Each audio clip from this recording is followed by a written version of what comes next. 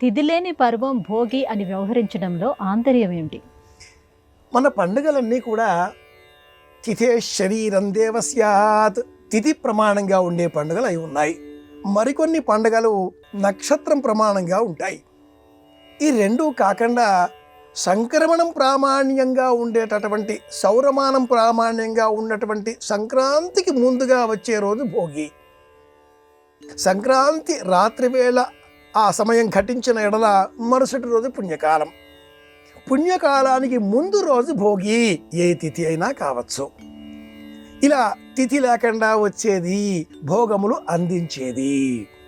సంక్రాంతికి సంబంధించిన నియమావళి అంతా ప్రారంభం చేయవలసిన రోజు భోగి. సూర్యోదయం కంటే పూర్వమే లేచి సూర్యనారాయణమూర్తిని మనసులో తలుచుకొని అరుణోదయ కాంతుల సమయంలో భోగి మంటలు వేసి చక్కగా ఆ భోగి మంటలలో కాచుకొని గతకాలపు బాధామయమైన జ్ఞాపకాలను అందులో విడిచిపెట్టి వాకిలిలో రంగవల్లికలు, గొబ్బెమ్మలు, ముగ్గులు, చక్కగా అంతరంగనాథుడిని, అంతటా ఉండే రంగనాథుడిని అంతరంగనాథుడిగా గుర్తించి సేవించి తాను ధరించిన పుష్పమాలికను స్వామికి సమర్పించి స్వామిలో లీనమైపోయిన గోదాదేవి, కోదై అంటే పూలబాల, గా అంటే జ్ఞానమని అర్థం. ఆ తల్లి గోదాదేవిని విష్ణుచిత్తుడు ఇలా కోదై అన్న పేరు పెట్టి పెంచుకున్నాడు కదా. ఆ తల్లి అందించిన జ్ఞానంతో అంతరంగనాథుడిగా గుర్తించవలసిన రోజు ఈ రోజు కాబట్టి తిథి లేకుండా వచ్చే రోజు.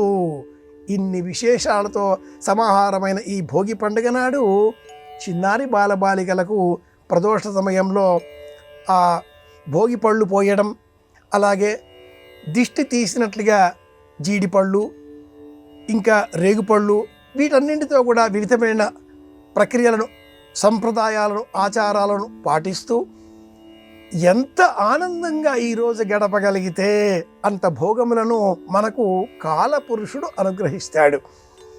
భోగములు అనగా దేహానికి సమకూరేవి.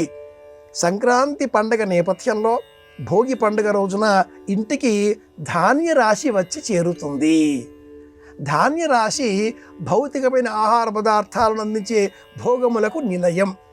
అలా మనకు వచ్చిన ఈ భోగాల రాశి, ధాన్య రాశిని అంతా మనదే అని కాకుండా ఇంటికి వచ్చినటువంటి వారికి అందజేయడం, అందరితో పంచుకోవడం ఈనాటి ప్రత్యేకమైన అంశం. సాయంత్రం కల్లా వాకిలిలో ఈ పక్కన ఆ పక్కన ధాన్యపు కంకులను వ్రేలాడగట్టడం, పక్షులకు ఆహారం అందించే విధంగా ఏర్పాట్లు చేయడం, ఇంటికి వచ్చినటువంటి వారికి, అతిథులకు, అభ్యాగతులకు అందరికీ కూడా ధాన్యాన్ని చేటలతో అందించడం, పశువులకు కృతజ్ఞతాపూర్వకంగా వాటికి ఆహారాన్ని, పచ్చికను అందించడం, కృతజ్ఞతతో మెలగడం, ఇది ముఖ్యమైన విషయం. గతించిన పితరులకు తర్పణాదులు విడిచిపెట్టడం కూడా కృతజ్ఞతాపూర్వక వందన సమర్పణ. ప్రకృతికి కృతజ్ఞత చెప్పడమే భోగి పండుగలో ఉండే అంతరార్థం. కనుక పితరులకు సంబంధించి తిథి ఉంటుంది.